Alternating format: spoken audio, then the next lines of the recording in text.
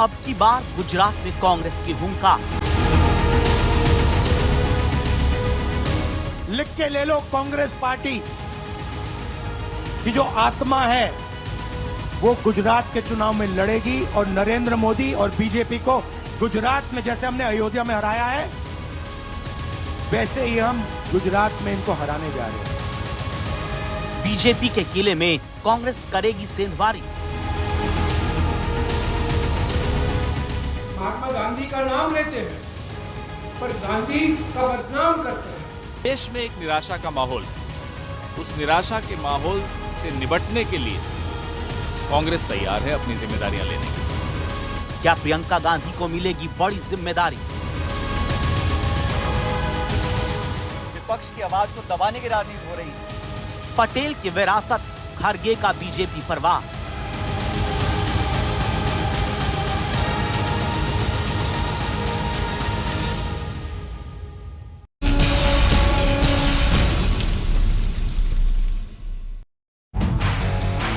नमस्कार, हल्ला बोल में आपके साथ मैं हूं अंजना ओम कश्यप। कांग्रेस का राष्ट्रीय अधिवेशन गुजरात में होना महज संयोग नहीं है, ये राहुल गांधी और कांग्रेस आलाकमान की तरफ से एक सोचा समझा प्रयोग माना जा रहा है, क्योंकि कांग्रेस पूरे देश में ये संदेश देना चाहती है कि प्रधानमंत्री मोदी के गढ़ गुजरात में उन्हें चुनौती भी दी जा सकती है और बीजेपी को मात भी दी जा सकती है। मनोवैज्ञानिक लाभ लेने और कार्यकर्ताओं में जोश भरने के लिए कांग्रेस ने अहमदाबाद में CWC की बैठक का आयोजन किया।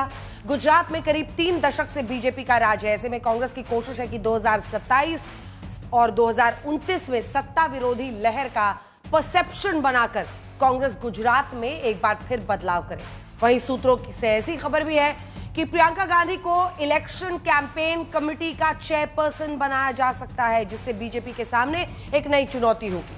पटेल की धरती पर कांग्रेस का अधिवेशन हो और विरासत पर सियासत ना हो, मुमकिन नहीं।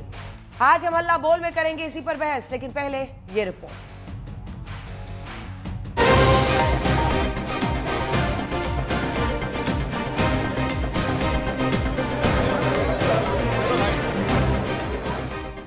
एक अरसे तक गुजरात कांग्रेस का अभेद्य किला था, लेकिन पिछले 27 सालों से गुजरात में भगवा परचम लहरा रहा है। अब एक बार फिर अपने खोए जनाधार को पाने के लिए गुजरात में कांग्रेस आलाकमान ने कवायद शुरू कर दी है। देश के अनेक जो गांधीवादी संस्थाएं हैं उन पर आक्रमण हो रहा है, उन पर हमला हो रहा है। ये महात्मा गांधी का नाम लेते हैं पर गांधी का बदनाम करते हैं। देश में एक निराशा का माहौल है। उस निराशा के माहौल से निपटने के लिए कांग्रेस तैयार है अपनी जिम्मेदारियां लेने के लिए। अहमदाबाद में आज कांग्रेस का अधिवेशन कांग्रेस वर्किंग कमेटी की बड़ी बैठक के साथ शुरू हुआ। इसके बाद 9 अप्रैल को ऑल इंडिया कांग्रेस कमेटी के प्रतिनिधियों की बैठक में आगे की रणनीति पर मंथन होगा।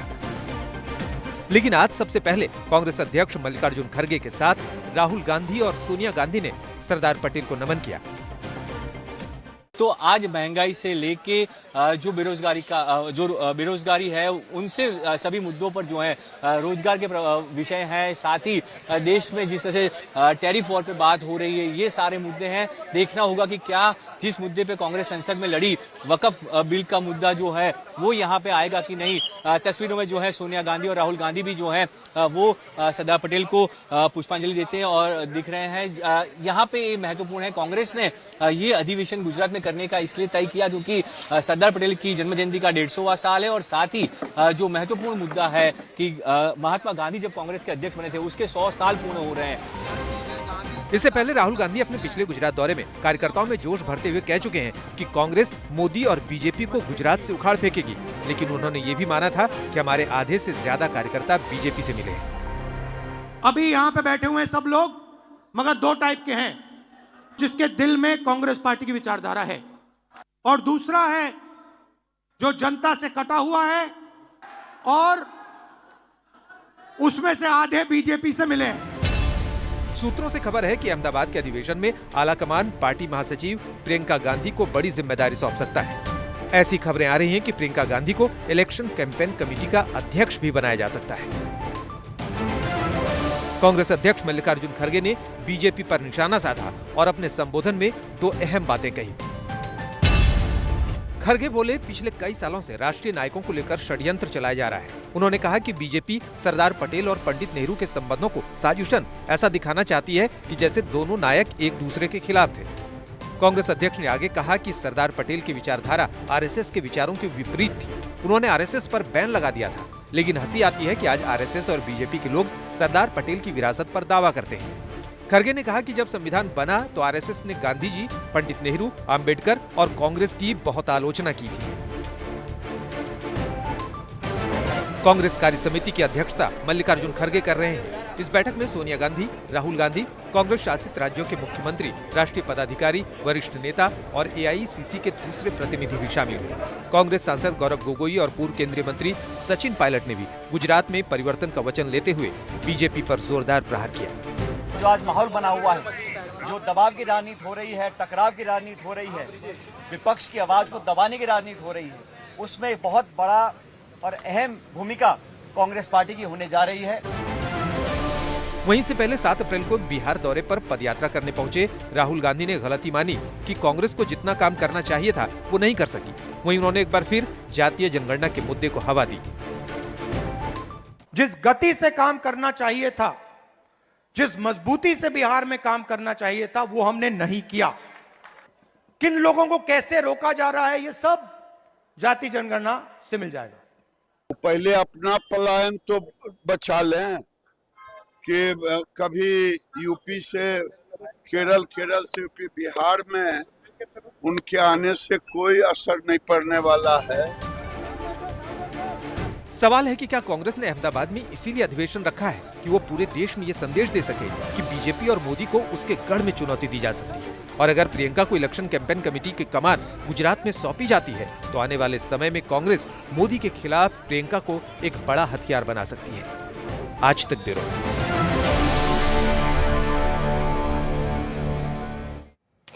इसी विषय पर सुधांशु त्रिवेदी सांसद बीजेपी के और अभय दुबे होंगे आमने सामने कांग्रेस पार्टी की तरफ से, लेकिन उससे पहले एक बड़ी खबर आ रही है जो हम आपको बताना चाहते हैं और साथ ही तस्वीरें भी दिखाते हैं। पश्चिम बंगाल के मुर्शिदाबाद में जहां वक्फ कानून के खिलाफ बवाल मच गया है। प्रदर्शनकारियों ने मुर्शिदाबाद के जांगीपुरा में सड़कों पर कोहराम मचा दिया। ये देखिए, हाथ में पत्थर और ईंट ले लेकर मारा जा रहा है।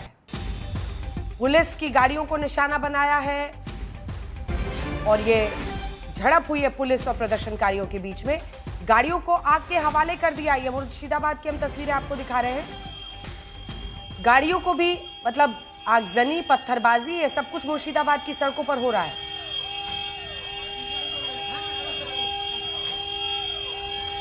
दरअसल वक्फ संशोधन बिल पास हो जाने के बाद, उसके कानून बन जाने के बाद कई जगहों पर देश में विरोध प्रदर्शन हुआ, लेकिन ये मुर्शिदाबाद में पहली बार ऐसी तस्वीरें आ रही हैं जो अपने आप में चिंताजनक हैं, क्योंकि जो प्रदर्शन हो रहा था वो बिल पास होने के पहले देखा गया था। कानून बनने के बाद बहुत ज्यादा उग्र प्रदर्शन कहीं नहीं हुआ। कई लोग सुप्रीम कोर्ट जरूर पहुंचे कानून के खिलाफ। हमारे साथ हमारे सहयोगी इसी खबर पर जुड़ रहे हैं। अनुपम, क्या हुआ है, मतलब किस वजह से हिंसक हो गई और आगजनी तक की नौबत आ गई है?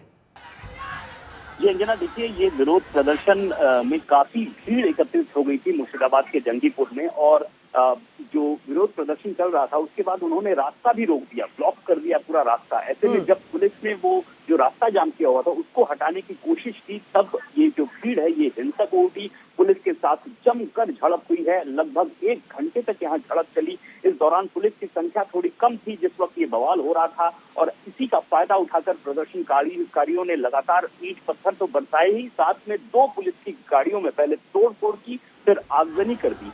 लेकिन इसके बाद भारी संख्या में पुलिस बल वहां पहुंचा, आंसू गैस के गोले छोड़े गए, लाठीचार्ज किया गया, और तब जाकर अब स्थिति काबू में आ पाई है। इस वक्त पुलिस एरिया डोमिनेशन कर रही है पूरे इलाके में और प्रदर्शनकारियों को खदेड़ा जा रहा है। हालांकि इस बीच जो नुकसान होना था वो हो चुका है। हिंसक प्रदर्शन देखने को मिला मुर्शिदाबाद के दिल्लीपुर में, जहां 2 पुलिस की गाड़ियों में आगजनी की गई, और अभी तक जो सुनने में आ रहा है कुछ पुलिस वाले भी शायद घायल हुए हैं। हालांकि इनकी संख्या के बारे में अभी जानकारी नहीं मिल पाई। अच्छा, ये पत्थर भी बड़े बड़े दिख रहे हैं जो उन्होंने उछाले हैं, पुलिस की गाड़ी दिख रही है, पीछे पलट दी गई है। पहले से तैयारी के साथ आए थे? क्या इस तरह का कोई मैसेज पास किया गया था कि आज विरोध के लिए ऐसी जगह पर, क्योंकि इतने सारे लोगों का एक जगह पर जुटना और उसके बाद से इतने बड़े बड़े पत्थर वहां पर रहना जिससे वो पत्थरबाजी करें, क्या समझ में आ रहा है? ये देखिए, जो प्राथमिक जानकारी मिल रही है उसके मुताबिक शुरुआत में भीड़ बहुत ज्यादा नहीं थी, लेकिन जैसे विरोध प्रदर्शन शुरू हुआ जो भीड़ थी वो काफी, उसकी संख्या काफी ज्यादा हो गई। पुलिस की संख्या आउटनंबर्ड कहा जा सकता है कि पुलिस उस वक्त आउटनंबर्ड हो गई। ऐसे में जब पुलिस ने विरोध प्रदर्शन को सड़क से हटाने की कोशिश की, क्योंकि सड़क जाम कर दिया गया था, पूरा ट्रैफिक ब्लॉक हो रहा था, ऐसे में जब पुलिस ने वहां जो प्रदर्शनकारी थे उनमें से कुछ उग्र भी हो रहे थे, उनको शांत करने की कोशिश की, हो सकता है कि लाठी भी बरसाई हो। इसी के बाद ये झड़प शुरू हुई और पुलिस की संख्या उस वक्त वहां कम थी और भीड़ ज्यादा हो गई थी, जो प्राथमिक जानकारी हमें मिल रही है। तो ये इन प्रदर्शनकारियों को मौका मिल गया, जो बवाल काटा गया, जो हंगामा हुआ वो इस 1 घंटे के दौरान हुआ। इसके बाद तुरंत फोर्स भेजी गई है, लेकिन तब तक 2 पुलिस की गाड़ियों में आगजनी की गई और कई जगह पथराव भी हुआ जमकर। तो ये तस्वीरें हम आपको दिखा रहे हैं, अनुपम हमारे सहयोगी बता रहे हैं किस तरह से ये घटना घटी है। मुर्शिदाबाद की ये तस्वीरें हैं जहां पर ये परिस्थिति बनी है और आगजनी की नौबत आ गई है। और अब वापस रुख करते हैं उस मुद्दे का जिस पर आज हम बहस करने वाले हैं। और पवन खेड़ा जी जो मीडिया इंचार्ज है, कांग्रेस पार्टी के नेता हैं और लंबे वक्त से कांग्रेस पार्टी से जुड़े हुए हैं, वो हमारे साथ इस वक्त जुड़े हुए हैं। पवन जी, अहमदाबाद गुजरात में क्यों इस बार, क्या संदेश दे रही है कांग्रेस पार्टी? अंजना जी, पूरे इतिहास को, कांग्रेस के इतिहास को आप देखेंगी या देश के स्वतंत्रता आंदोलन के इतिहास को देखेंगी तो गुजरात से ही हमें ऊर्जा मिली, नेतृत्व मिला। महात्मा गांधी का, सरदार वल्लभ भाई पटेल का, दादा भाई नौरोजी का, तो ये सारा नेतृत्व कांग्रेस पार्टी को हमेशा गुजरात से मिला। इसलिए, और अब 150वीं जन्म जयंती सरदार पटेल जी की है, 100वीं जयंती महात्मा गांधी के कांग्रेस अध्यक्ष बनने की है, जो 1 साल के लिए वो बने थे। तो ये एक सुखद संयोग है और हमने सोचा कि ऊर्जा लेने के लिए, प्रेरणा लेने के लिए इसी धरती पर वापस आए। पर ये ऐसा लग रहा है पवन जी कि अब आप लोगों को लग रहा है कि सरदार पटेल को और उनकी पूरी विरासत को भारतीय जनता पार्टी अपना रही है। मैं आपको गिनाती हूँ, 2014 में पटेल की जयंती को राष्ट्रीय एकता दिवस के रूप में मनाया गया। मोदी सरकार के जो 4 फैसले रहे हैं वो बता रही हूँ। 2017 में दुनिया के दूसरे सबसे बड़े कंक्रीट जो ग्रेविटी डैम है, सरदार सरोवर डैम, उसका उन्होंने उद्घाटन किया। फिर 18 में एकता अखंडता को बढ़ावा देने के लिए सरदार पटेल राष्ट्रीय एकता पुरस्कार की घोषणा की और फिर स्टैच्यू ऑफ यूनिटी 2018 में बनाया। तो ऐसा लग रहा है कि आप लोगों को कि ये विरासत पटेल साहब की वो बीजेपी के पास चली गई है, इसलिए वापस लानी। एक बात बताइए अंजना जी, जहां हम लोग बैठे हैं, यहाँ से अहमदाबाद में, यहाँ से कुछ किलोमीटर दूर आरएसएस का गुजरात का मुख्यालय, जहां एचवी शेषाद्री की सरदार पटेल के खिलाफ लिखी गई पुस्तक मुफ्त में बांटी जाती है आज भी। ये क्या विरासत लेंगे सरदार पटेल की? सरदार पटेल ने अपनी कर्म भूमि कांग्रेस को बनाया, संघ को तो नहीं बनाया ना। सरदार पटेल ने संघ पर पाबंदी लगाई, तो ये तो कोशिश करते रहें। सरदार पूरे देश के सरदार और कांग्रेस के सरदार, कांग्रेस के सरदार और देश के सरदार। अच्छा, आप लोगों का जो ये प्रस्ताव है, मैं आपको उदाहरण एक और उदाहरण दूं आपको। जब अहमदाबाद हवाई अड्डे का नाम सरदार पटेल के नाम पे रखना था, तब आरएसएस ने मांग की थी कि नहीं, इसका नाम श्यामा प्रसाद मुखर्जी के नाम से होना चाहिए, सरदार पटेल के नाम से नहीं होना चाहिए। ये सरदार पटेल का नाम अब ले रहे हैं क्योंकि इन्हें मालूम है कि इन्होंने किसानों के साथ धोखा किया है। अब इनको सरदार पटेल की शरण में आना पड़ेगा। आने वाले दिनों में देखिएगा, इनको हमारे तमाम नायकों की शरण में आना पड़ेगा। वो नेहरू हो, वो महात्मा जी हो, वो सरदार पटेल हो। आपका प्रस्ताव मैं पढ़ रही थी जो कांग्रेस पार्टी की तरफ से जारी किया गया है, इसमें आपने लिखा है, आज फिर हिंसा, सांप्रदायिकता की एक विचारधारा, धर्म का बंटवारा कर देश को नफरत की आंधी में झोंकने की साजिश रची। वही आरोप जो आप बीजेपी पर लगाते हैं। लेकिन सवाल यह है कि वक्फ संशोधन बिल इस जनता के समर्थन की वजह से वो पास करा पाए हैं ना, लोकसभा हो, विधानसभा, और अभी तक तो देखिए राज्यसभा। इससे पहले तो पवन जी 2019 में जब ट्रिपल तलाक बिल हो या 370 हटाने का हो, तब तो 303 इनकी ब्रूट मेजॉरिटी थी। लेकिन इस बार तो 240 के साथ भी इनको समर्थन मिला, जेडीयू, टीडीपी, एलजेपीआर जैसी पार्टियों का। बिल्कुल मिला, और जिन जिन ने समर्थन किया उनको भी जनता ने अच्छी तरह देखा, सबको समझ में आया कि कौन कहाँ खड़ा है।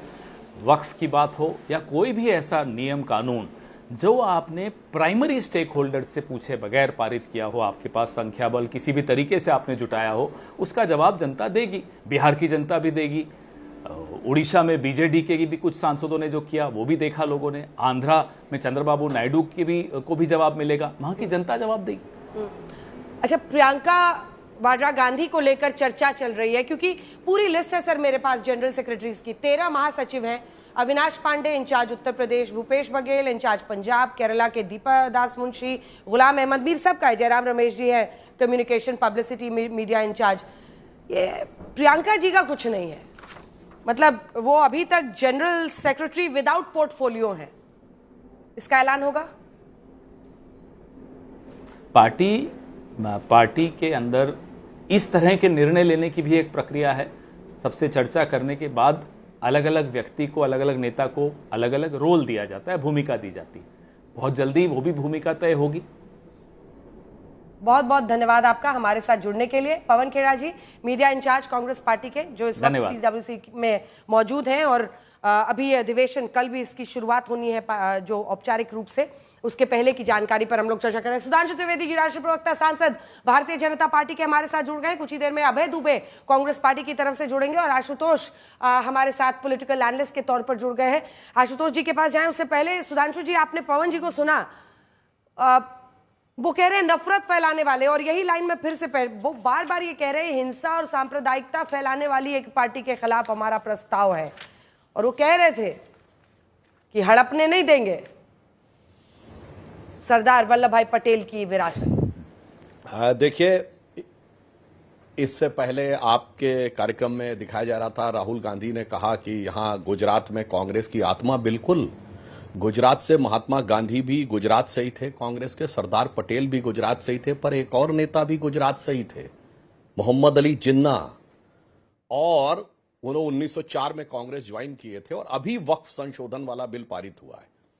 मैं याद दिलाना चाहता हूं कि 1913 में बतौर कांग्रेस सदस्य इंपीरियल लेजिस्लेटिव काउंसिल में अप्रैल 1913 में वक्फ अल औलाद के समर्थन में जिन्ना ने जो शब्द बोला था, आपके लाखों दर्शक सुन लें, यह मामला मुस्लिम भावनाओं से जुड़ा है, तो where does the issue of public policy arises, यानी इसमें सरकार का कोई हस्तक्षेप नहीं होना चाहिए।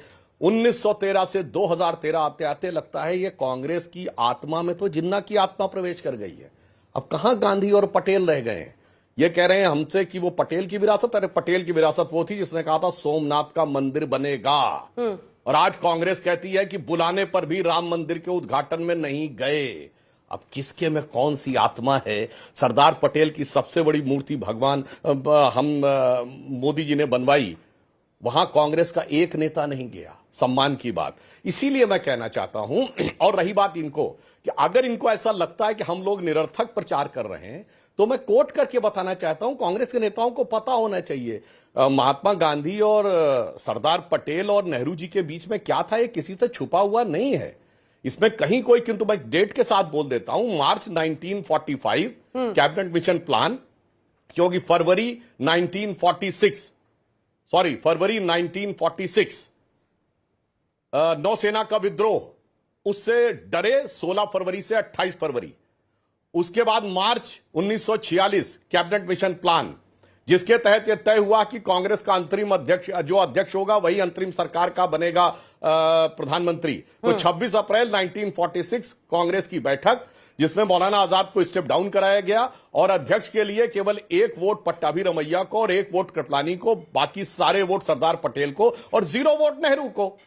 और यह बात अगर किसी को समस्या हो तो कृपलानी ने अपनी किताब माई डेज विद गांधी में लिखा है कि जब सरदार पटेल की तरफ देखा तो गांधी ने एक चिट आगे बढ़ाई और वो चिट कृपलानी ने सरदार पटेल को दी। सरदार पटेल ने उसको पढ़ा और उसके बाद ऐसा विचित्र लोकतांत्रिक निर्णय हुआ कि कोई अपना कैंडिडेचर वापस कर ले, समझ में आता है, पर अपने वोट ट्रांसफर कर दे, ये कहा गया वोट ट्रांसफर। फिर दूसरा ना इनको पता हो तो मौलाना आजाद जो उस समय अध्यक्ष थे, उन्होंने अपनी किताब इंडिया विंस फ्रीडम के जो आखिरी के 40 पन्ने हैं उनमें लिखा है। अरे बहुत कुछ लिखा हुआ है, इसीलिए हम कह रहे हैं आज हकीकत में कांग्रेस तो अपनी उस आत्मा से बहुत दूर चली गई। गुजरात की धरती पर जाकर उन्हें सोचना चाहिए महात्मा गांधी की आत्मा क्या थी, उनका राजनीतिक दर्शन था राम राज्य, उनका नित्य का भजन था रघुपति राघव राजा राम, उनका अंतिम शब्द था हे राम। और जिस दिन 2007 में इन्होंने कहा कि राम तो काल्पनिक थे, आत्मा की हत्या तो उस दिन कर दी थी। इसीलिए इतना आसान नहीं है इनके लिए वो कर पाना।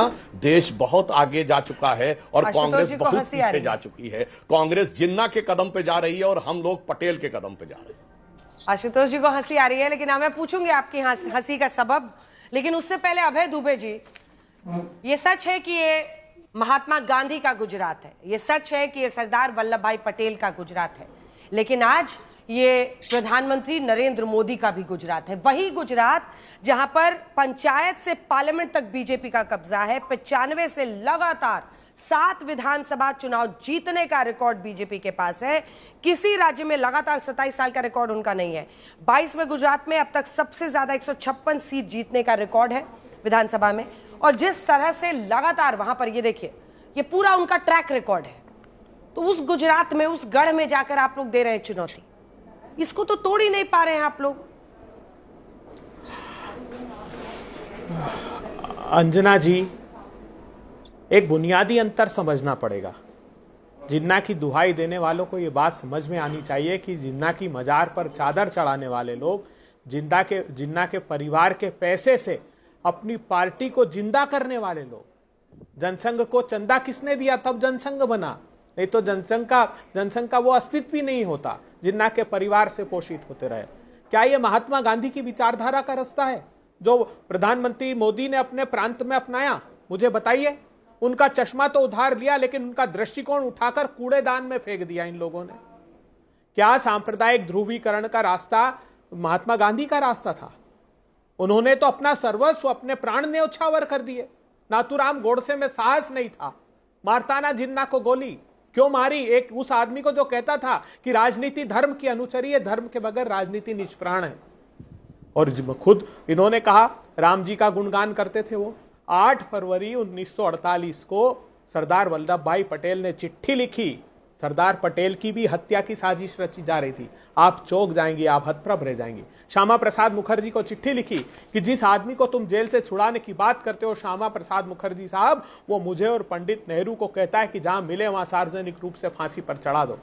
ये इनके वैचारिक अंतर है और बंटवारे का खलनायक बताते थे। अभय जी, एक सेकंड, आज भी मैं चाहती हूँ कि हम लोग 2025 में वापस लौटे, 2025 में वापस लौटे। आप दोनों से मेरा निवेदन है 25 में लौटते हैं और आप ही बोलिए, एक सवाल का बस जवाब दीजिए कि ऐसा क्या लगा कांग्रेस पार्टी को जिसकी वजह से उनको लग रहा है कि पटेल और पटेल की विरासत को उनको वापस लेने की जरूरत पड़ेगी?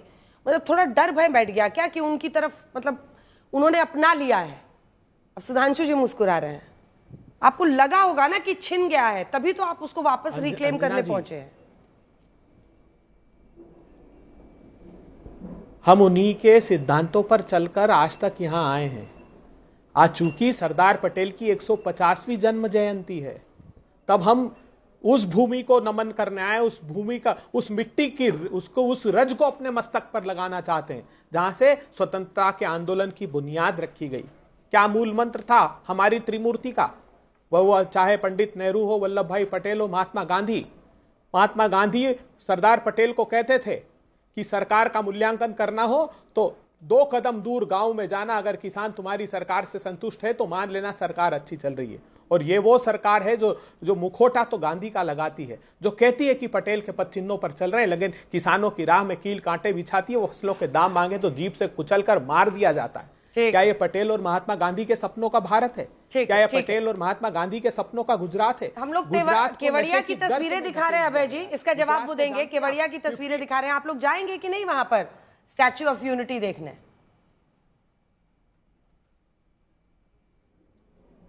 सरदार पटेल प्रतिमानों में बसते थे अपने। 3000 करोड़ की प्रतिमा में नहीं। एक बार व्हील पढ़िएगा उनकी। वो ऐश्वर्य के आडंबर से किनारा कर चुके थे खुद। वो इस वैभवशाली परंपरा के नहीं है। मैं कोई नकारात्मक बात नहीं करना चाहता, लेकिन माफ कीजिएगा, जिसने पटेल को पढ़ा नहीं, जिसने पटेल के आचरणों पे, उनके पदचिन्हों पे चलना नहीं सीखा, वो प्रतिमाएं बनाएंगे, प्रतिमान स्थापित नहीं करेंगे। जवाब दीजिए इसका सुधांशु। विश्वास मानिए। सुधांशु जी इसका जवाब दीजिए, फिर मैं जाऊंगी आशुतोष के आश्रम में। वो आचरण की बात कर रहे हैं, कह रहे हैं आप लोग आवरण में रह गए। अभय दुबे जी को नहीं, मैं आपने बिल्कुल यथार्थ जवाब दे रहा हूं। बिल्कुल देखिए, अभय दुबे जी कांग्रेस पार्टी के अपेक्षाकृत प्रबुद्ध और संयमित भाषा का प्रयोग करने वाले प्रवक्ता हैं, तो इनको तो जरूर पता होगा, इनकी विवशता हम समझ सकते हैं। अरे भाई, स्वतंत्रता के आंदोलन की शुरुआत कहां से हुई कांग्रेस की? ये 26 जनवरी 50 को गणतंत्र दिवस क्यों होता है? लाहौर कांग्रेस अधिवेशन 26 जनवरी 1930 रावी के तट पर पूर्ण स्वराज्य का प्रस्ताव पारित हुआ, और ऐसा प्रस्ताव पारित किया कि वो इलाका ही चला गया, रावी और लाहौर का इलाका ही चला गया बाहर। और साहब, मैं ईमानदारी से बताना चाहता हूं कि सरदार पटेल के हाथ में सारी रियासतों का महकमा था, एक ही रह गया था, कश्मीर। और वह ऐसा फच्चर फंसा था, चूंकि नेहरू जी ने खुद रखा था। वो बचा हुआ सरदार पटेल का काम किसने पूरा किया? बलिदान दिया श्यामा प्रसाद मुखर्जी जी ने, पूरा किया नरेंद्र मोदी जी ने, जिसके लिए अटल जी के दिल में टीस थी, जो उन्होंने कहा था 15 अगस्त का दिन कहता आजादी अभी अधूरी है, सपने सच होने बाकी हैं, रावी की शपथ न पूरी है। शपथ तो आप लोगों ने ली थी, पूरी करके मोदी जी ने दिखाई। तो किसने सरदार पटेल का अनुसरण किया? और अंजना जी, राम मंदिर आंदोलन समय हमने बचपन में प्रश्न चलता था लोगों के मन में, अरे भाई, जब सोमनाथ रिजॉल्व हो गया आजादी के बाद, तो राम मंदिर भी रिजॉल्व हो जाता। तो लोग कहते थे भाई, सोमनाथ सरदार पटेल के इलाके में पड़ गया था, प्रांत में, और राम मंदिर पड़ गया नेहरू जी के इलाके में, तो फंसा हुआ रह गया। आखिर में सोमनाथ की तरह भव्य रघुनाथ का मंदिर अगर बना तो मोदी जी के समय में, तो पूरा देश ये तय कर सकता है कि किसने राष्ट्र की एकता अखंडता को सुदृढ़ किया और उस बचे हुए कार्य को पूरा किया जो सरदार पटेल के हाथ में होते तो शायद 1950 के आसपास ही पूरे हो गए होते। वो मोदी जी ने पूरे करके दिखाए। तो इसमें कोई किंतु परंतु नहीं है कि कौन विरासत का असली उत्तराधिकारी। चलिए, इसका जवाब दे दीजिए, इसका जवाब आप दे दीजिए जल्दी से, फिर मैं जाऊंगी आगे। अंजना जी, हाँ, बस एक 10 सेकंड सिर्फ। मैं इतिहास से कोई प्रतिशोध लेना नहीं चाहता था, आपने भी कहा आज में रखिए, लेकिन सुधांशु जी ने बात ऐसी की है। सुधांशु जी, जानते हैं आप, मैं पूछना चाहता हूं, आपने कहा श्यामा प्रसाद मुखर्जी साहब ने बलिदान दिया, मैं उनके प्रति अनादर का भाव नहीं रखता, लेकिन आप जानते हैं 5 मार्च 1948 जब राजा हरि सिंह ने कहा कि 2 निशान और 2 विधान रहेंगे, जो 15-16 मई 1949 जब सरदार वल्लभ भाई पटेल के दिल्ली निवास पर, पहले वो आर्टिकल 36A था, उसके बाद 370 हुआ, वो निगोशिएट हुआ पटेल के घर पर, जब पंडित नेहरू विदेश की यात्रा पर थे, तब श्यामा प्रसाद मुखर्जी कहां थे? Shyama Prasad Mukherjee was the cabinet minister of India. जब संविधान भारत का आया जिसमें आर्टिकल 370 लिखा गया, वो श्यामा प्रसाद मुखर्जी साहब के हस्ताक्षर से आया है, सुधांशु जी। और कभी उन्होंने इस मंत्रिमंडल से इस्तीफा इसलिए नहीं दिया कि आर्टिकल 370 को हटाया जाए। वो राजनीतिक रोटियां आप लोगों ने बाद में सेकी। अच्छा, ठीक है, मैं आप दोनों को आज मैं वर्तमान में लाना चाहती हूँ। थोड़ा सा आप लोग रुक जाइए। मैं एक तस्वीर, मुर्शिदाबाद की तस्वीर दिखाइए। अयोध्या में अगर हिंसा और सांप्रदायिकता की बात होती है तो इसका हिसाब किताब कौन देगा अभय जी? आज सवाल तो ये भी है ना कि वक्फ गिल के समर्थन में अगर कोई भी खड़ा हो जाता है तो उस पर पत्थरबाजी शुरू हो जाती है, उस पर हमला शुरू हो जाता है। आप सोचिए कि उत्तर प्रदेश में एक आदमी कार में सिर्फ बात कर रहा था किसी से, कैब ड्राइवर ने उसको फोन पे बोलते हुए सुन लिया कि वक्फ बिल पास करके सरकार ने अच्छा काम किया, उसने उसकी पिटाई कर दी। ये मुर्शिदाबाद में हिंसा हुई है, गाड़ी पीछे जो पलटी हुई दिख रही है वो पुलिस की गाड़ी है, ऐसे ही गाड़ियों को आग के हवाले कर दिया, आगजनी हो रही है। ये हिंसा कौन फैला रहा है? इस पर भी तो 2 शब्द बोलिए। अंजना जी, हाँ बिल्कुल बोलूंगा, 2 नहीं 10 शब्द बोलूंगा। हम बिल्कुल हिंसा के समर्थक नहीं है, कहीं भी हिंसा नहीं होनी चाहिए, प्रजातांत्रिक तरीके से बात रखी जानी चाहिए, मगर 3 सवालों का जवाब जरूर सुधांशु जी देकर जाएं। हर एक टेलीविजन चैनल पर बोला गया कि महिलाओं को हिस्सेदारी उस समय के वक्फ के कानून में नहीं थी, जबकि ये प्रोविजन था जब 2013 में संशोधन किया कि 2 या 2 से अधिक महिलाएं स्टेट के बोर्ड में रहेगी और काउंसिल में रहेगी। सेक्शन 83(9) में ये प्रोविजन था कि हाई कोर्ट ऐसे मामलों का कॉग्निसेंस ले सकेगी जिसको ट्रिब्यूनल ने डिसाइड किया है। तीसरी बात, 52A में ये प्रोविजन था कि जो इनक्रोचर्स होंगे, जिन्होंने कब्जा कर रखा है। राहुल गांधी की तरफ से जानकारी आ रही है, उन्होंने कहा है हम अल्पसंख्यकों की बात करते हैं, हम दलित मुस्लिम ब्राह्मण में उलझे रहे, ओबीसी हमारा साथ छोड़कर चले गए। इस तरह की खबर आ रही है। राहुल गांधी ने ऐसा कहा है। गुजरात अधिवेशन में राहुल गांधी का बड़ा बयान है कि हम दलित और मुस्लिम में लगे रहे, ओबीसी हमारा साथ छोड़कर चला गया, हम दलित मुस्लिम ब्राह्मण में उलझे रहे। आशुतोष जी, सबसे पहले मैं आपका एक एनालिसिस इस पर चाहती हूं। मतलब खुलकर कास्ट इक्वेशन के अरिथमेटिक को समझने की कोशिश है। नहीं, देखिए धर्म की राजनीति चलेगी तो दूसरी तरफ कास्ट की राजनीति चलेगी। और ऐसा तो कोई पॉलिटिकल पार्टी है ही नहीं जो ईमानदारी के साथ और अपने धर्म पुस्तक में हाथ रख के कह दे कि उसने राजनीति में कभी भी जाति का इस्तेमाल नहीं किया। कोई भी पॉलिटिकल है, सुधांशु जी भी नहीं कर सकते और अभय जी भी नहीं कर सकते। तो जो लोग ये जाति का शब्द करके उसको एक गलत शब्द देने की कोशिश कर रहे हैं, मुझे लगता है कि उनको शायद इतिहास का उतना अंदाजा नहीं है। आज की तारीख में आप छोड़ दिए, जो म्युनिसिपल के इलेक्शंस होते हैं वहां से लेके लोकसभा तक के इलेक्शन में बिना जाति कैलकुलेशन के कोई पॉलिटिकल पार्टी कोई चुनाव नहीं। पहली बात। दूसरी बात क्या है कि राहुल गांधी ने मुझे लगता है कि वो एक नया पैराडाइम कांग्रेस पार्टी के लिए खड़ा करने की कोशिश कर रहे हैं। ये वही कांग्रेस पार्टी थी जिसने अपर कास्ट, दलित और मुसलमानों का एक सोशल कॉम्बिनेशन बनाया था, जिसकी वजह से कांग्रेस पार्टी को आजादी के बाद से 1980 तक बल्कि 1990 तक तकरीबन 40-45% वोट उनको मिलता, 45% के आसपास वोट मिलता था। जिस दिन से इस वोट बैंक में सेंध लगी, उस दिन से भारतीय जनता उस दिन कांग्रेस पार्टी की स्थिति कमजोर हुई। अब कांग्रेस पार्टी को लगता है कि अपर कास्ट पूरी तरीके से भारतीय जनता पार्टी के साथ है, मुस्लिम तबका उनके साथ खड़ा हो सकता है, दलित आंदोलन इस वक्त देश के अंदर कमजोर हुआ, नई लीडरशिप खोज रहा है, और ओबीसी उनको लगता है कि अगर 50% की आबादी के साथ अगर जोड़ने की कोशिश करेंगे सोशल जस्टिस के पॉलिटिक्स को अपने साथ ये एक सच्चाई है आशुतोष जी। जल्दी से काउंटर क्वेश्चन है, 2014 के बाद से भारी तादाद में जो ओबीसी वोटर है वो बीजेपी की तरफ से गया और इसी का खामियाजा कांग्रेस ने भुगता, कई रीजनल पार्टीज ने भुगता। लेकिन उनको मुस्लिम वोट भी तो चाहिए ना, उनको मुस्लिम वोट भी चाहिए, तो मुस्लिमों की भी अनदेखी नहीं कर सकते, दलितों की भी नहीं कर सकते। ओबीसी क्यों उनसे गया ये समझना जरूर पहले। अंजना जी, ओबीसी वोटर जो था वो कांग्रेस पार्टी के साथ शुरू से बहुत कम स्थिति में था। वो कभी मेजॉरिटी में ओबीसी कभी भी कांग्रेस पार्टी के साथ नहीं गया, और उसका उसी पॉलिटिक्स को चरण सिंह लोहिया और बाकी लोग आगे बढ़ाने की कोशिश करते रहे। मंडल कमीशन उसी पॉलिटिक्स का एक हिस्सा था। जब ये लगा कि मंडल कमीशन को भी कांग्रेस पार्टी ने बनाने के बाद उसकी रिकमेंडेशन लागू नहीं की थी, क्योंकि कांग्रेस पार्टी के अंदर उसको लेकर रिजर्वेशन। अभय जी आ रही हूँ, जो उन्होंने कहा उस पर आप बोल लीजिएगा, लेकिन जो प्रदर्शन एक रहा है वो हमने निकाला है, जो कि आपके लिए एक तरह से आईना भी है। ये अच्छी बात है कि आपने अधिवेशन की गुजरात में करने की सोची, लेकिन जो उसी गुजरात के नरेंद्र मोदी के सत्ता में केंद्र में आने के बाद हुआ है वो भी देखिए। राज्यों में 2014 में आपके कितने सीएम थे? 12, और बीजेपी के सिर्फ 5 राज्यों में सीएम थे। 2025 आते आते देखिए वो पहुंच गए 14 पर, आप लुढ़क गए 3 पर, उसी गुजरात के नरेंद्र मोदी के आने के बाद सत्ता में। अब लोकसभा में देखिए 2014 में भारतीय जनता पार्टी 282 सीट लाती है और कांग्रेस 44। अभी भी जब तीसरी बार लगातार वो जीते हैं, एनडीए की सरकार चल रही है, तब भी बीजेपी 240 सीट पर है और आप 44 से तीसरे बार की एंटी इनकम्बेंसी के बाद सिर्फ 99 पर पहुंचे। राज्यसभा में हालत देखिए, तब बीजेपी 45 सीटों पर थी, राज्यसभा में 45 सांसद थे, आपके 69 अब उनके 98 हो गए, आपके सिमट के 27 हो गए। तो ये तो आपको समझना है कि ऐसी परिस्थिति क्यों हुई है। और अब तो खुला खेल समझे ना, आप लोग कहते हैं कि ये लोग धर्म की पॉलिटिक्स करते हैं, तो आप लोग भी अब खुलकर कर रहे हैं कि मुस्लिम, ब्राह्मण, दलित इसमें लगे रहे, ओबीसी हमसे फिसल गया। इसीलिए कास्ट सेंसस पर इतना जोर है क्या?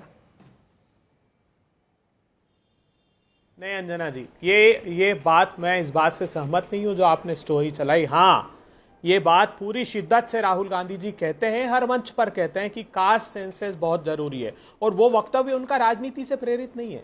वो कहते हैं कि समाज के अंतिम पंक्ति में खड़े हुए लोगों को अगर न्याय दिलाना है तो कास्ट सेंसस जरूरी है। प्रधानमंत्री मोदी जी नहीं करा रहे हैं सेंसस। विश्व का एक कोई देश नहीं है जो इसने अपनी जनसंख्या की गणना नहीं की हो, भारत को छोड़कर। जब बिहार सर्वे करा रहा था, वो सर्वे भी आधा अधूरा है, तो उसमें भी प्रधानमंत्री जी ने सुप्रीम कोर्ट में एफिडेविट फाइल किया कि आर्टिकल 246 7 शेड्यूल्स एंट्री 69 में ये राज्य केंद्र का अधिकार है, ना कोई सेंसस करा सकता है, ना उस प्रकार की कोई प्रक्रिया कर सकता है। महाराज बनाम यूनियन ऑफ इंडिया के मुकदमे में भी उन्होंने विरोध किया। राहुल गांधी जी चाहते हैं कि न्याय मिल जाए आबादी को। जहां तक बात रही, तो ये कांग्रेस पार्टी का स्वभाव नहीं, ये कौन से पूरे बहुमत से जीते हैं? ये तो ईडी सीबीआई के फेविकोल का जोड़ लगाते हैं, हर प्रांत में जाते हैं, प्रतिपक्षियों की सरकार गिराते हैं और डरा धमका तबका के लोगों को अपने साथ शामिल कर लेते हैं। ये चाहे वो बिहार हो, और ऐसा नहीं है कि वो नहीं हारे, मध्य प्रदेश हारे, छत्तीसगढ़ हारे, राजस्थान हारे, वो केरला में कहते थे हमारे बगैर सरकार नहीं बनेगी, वेस्ट बंगाल हारे, दिल्ली हारे, पंजाब हारे, एक के बाद एक हारे, ऐसा नहीं है सर। आपकी परफॉर्मेंस गजब की है, बहुत अच्छा हम तो 60 साल रहे हैं सर, बहुत अंजना जी। बहुत अरे जितनी सीटें हमको आई है, इनका चरम था तब भी नहीं, अब तो बैसाखी पर है ये, अभी कहां पूर्ण सुधांशु त्रिवेदी सरकार है इनके। देखिए बीजेपी के सामने जो चैलेंज लेकर कांग्रेस पार्टी आ रही है, उसमें जो 5 बड़ी बातें हैं वो हमने निकाली है कि जो पुरानी परंपरा एक है, जो विरासत रही है कांग्रेस पार्टी की, उसको वो फिर से जान फूंकना चाहते हैं, वो गांधी की विरासत, वो पटेल की विरासत को। बीजेपी से सरदार पटेल की लेगेसी वापस लेने की भी एक कोशिश है, साफ दिखाई दे रही है। प्रधानमंत्री मोदी का जो गुजरात मॉडल है उसको भी भेदने की कोशिश है, ये उसको भेदने के लिए वहां पर पहुंचकर सीधा चैलेंज करना, राहुल गांधी का कहना कि भाई हम कुछ करेंगे। और इसी के साथ बीजेपी को कमजोर करने से राष्ट्रीय स्तर पर एक मजबूती मिलेगी। अगर गुजरात में वो हिट करेंगे आपको, तो ऐसा कांग्रेस को एक मजबूती पूरे देश में मिलेगी। और मोदी राज में 2024 में पहली बार लोकसभा में कांग्रेस का खाता खुला था, ये देखिए। अब ऐसे में अगर उस आपके किले को भेदने की एक कोशिश है, तो इसको आप कितना बड़ा चैलेंज मानते हैं? देखिए मैं बताता हूं, अभी आशुतोष जी ने जो बात कही, मैं उनकी बात को ईमानदारी से स्वीकार करता हूं।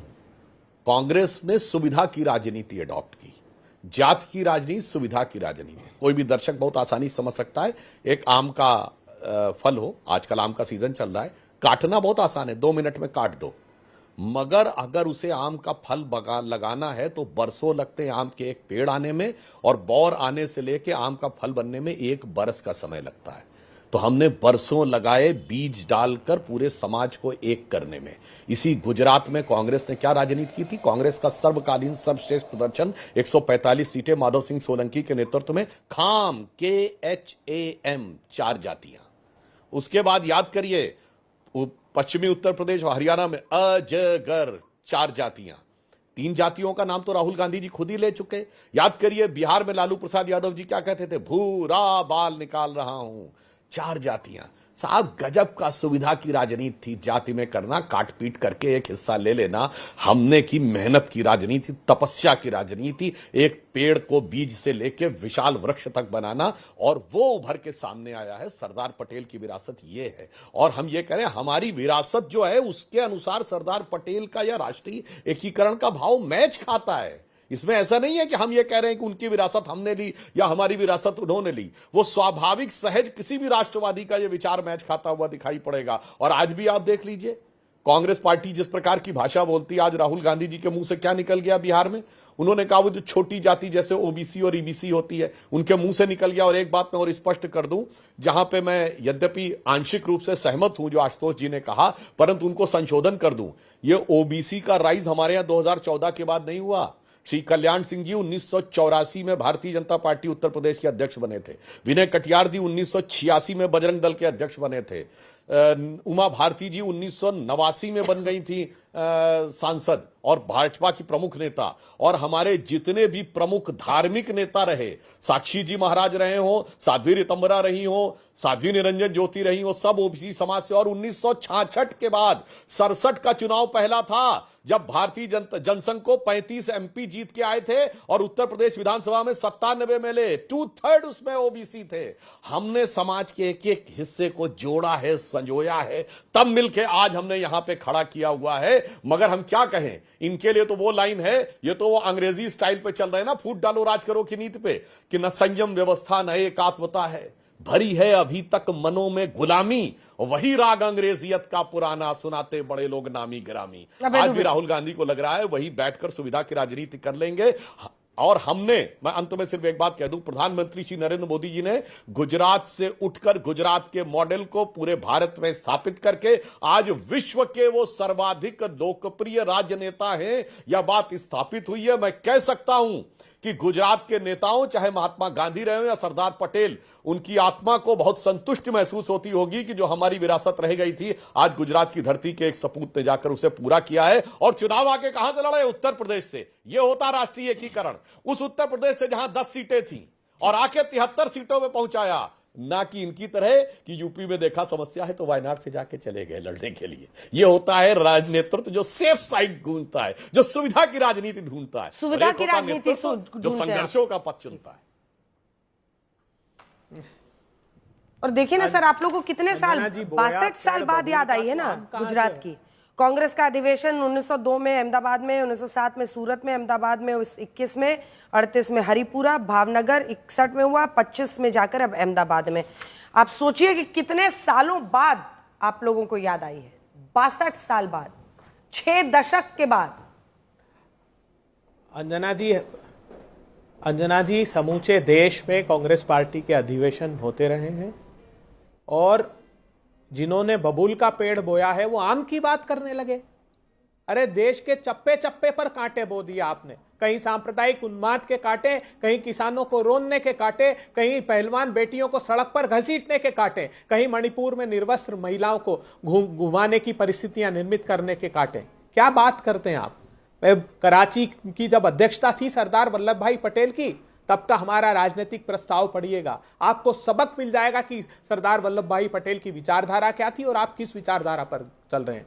ऐसा प्रतीत होता है कि सरदार वल्लभ भाई पटेल मूर्तिमंत होकर आज वो प्रस्ताव पढ़ रहे हैं और मोदी सरकार के खिलाफ प्रस्ताव पढ़ रहे हैं। उनका पहला प्रस्ताव था कि प्रजातंत्र में हमारी संस्थाओं की रक्षा और प्रजातंत्र को प्राणवान करके भारत में आहूत करना। उनके दूसरा प्रस्ताव था कि किसानों को उनके फसल के उचित मुआवजा दिलाना। उनका तीसरा प्रस्ताव था कि आर्थिक असमानता को भारत से भगा देना। ऐसा लग रहा है कि मोदी सरकार के खिलाफ ही उन्होंने राजनीतिक प्रस्ताव पारित किया हो। क्यों आप श्यामा प्रसाद मुखर्जी, ये तमाम बातें जो अभय जी लौट रही है सर। आशुतोष जी, आप हाथ उठा रहे थे लगातार बोलने के लिए, आप भी बोल लीजिए। लेकिन ये तमाम बातें जो कह रहे हैं, ऐसे आरोप लगातार कांग्रेस पार्टी 3 चुनाव से तो लगा ही रही है और हमेशा से बीजेपी पर लगा रही है। क्या स्ट्रैटेजी होनी चाहिए कांग्रेस पार्टी की? क्योंकि अभी भी एक क्लियर स्ट्रैटेजी नहीं दिख रही है। स्ट्रैटेजी क्या होनी चाहिए कांग्रेस पार्टी? देखिए अंजना जी, हमारे देश की राजनीति क्या है कि इस देश के अंदर हर कल्याण सिंह को वाजपेयी जी से हार माननी पड़ती है, उनको पार्टी छोड़ना पड़ता है। ये इस देश की राजनीति, इस देश के समाज का इससे बड़ी त्रासदी नहीं हो सकती और ये हजारों साल की त्रासदी। हर कल्याण सिंह को जो है वो किसी न किसी वाजपेयी से हार माननी पड़ती है, पार्टी छोड़नी पड़ती है। देखिए महत्वपूर्ण सवाल क्या है?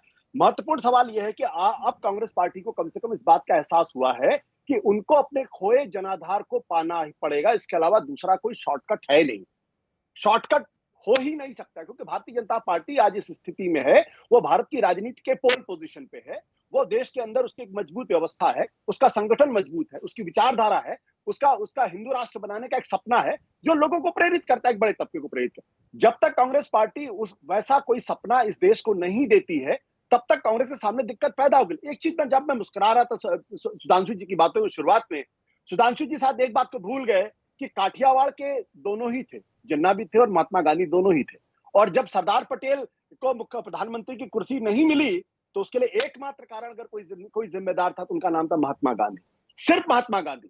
तो बीजेपी को यह भी कहना चाहिए कि महात्मा गांधी ने सरदार पटेल के साथ अन्याय किया, क्योंकि पूरी कांग्रेस जैसा कि संगठनिक कांग्रेस थी वो सरदार पटेल को चाहती, इसमें कोई दो राय नहीं है। ठीक है सुधांशु जी, अब जवाब दीजिए, दोनों का जवाब जल्दी से। बीजेपी के अंदर ये हिम्मत टाइम कम है, बोल सके कि ऐसा सरदार पटेल के साथ अन्याय महात्मा गांधी ने किया। सुधांशु आधी बात कहते और आधी बात ही भूल जाते जी। हाँ, वैसे एक बात और कह दूं, जो बात आशुतोष जी ने कही है, महात्मा गांधी ने जो निर्णय लिया बहुत सोच समझ के लिया था।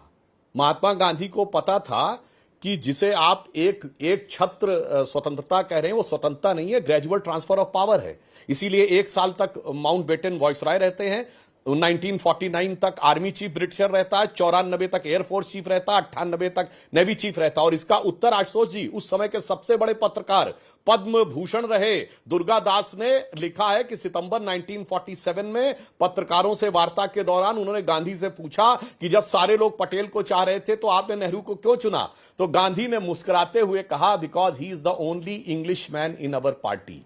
दुर्गा दास की किताब India from Curzon to Nehru and thereafter, जिसमें उनको कोट किया गया है। तो शायद गांधी बेहतर समझ रहे थे कि अंग्रेजों के साथ दोस्ताना संबंध रहेंगे तो अभी बरसों तक, 1 साल तक वाइसरॉय रहेगा, फिर बरसों तक army chief, navy chief, air force chief, IB chief रहेगा, और 68 तक जो है वो टाइम इतना ही है, मुझे पता है। तो दोस्ताना की वजह से शायद उन्होंने समझा। आज बहस भी इस तरह से हो रही थी कि कई खुलकर बातें आ रही थी, लेकिन बीच में रोकना पड़ रहा है। वक्त इतने की इजाजत देता है। देखते रहिए आज।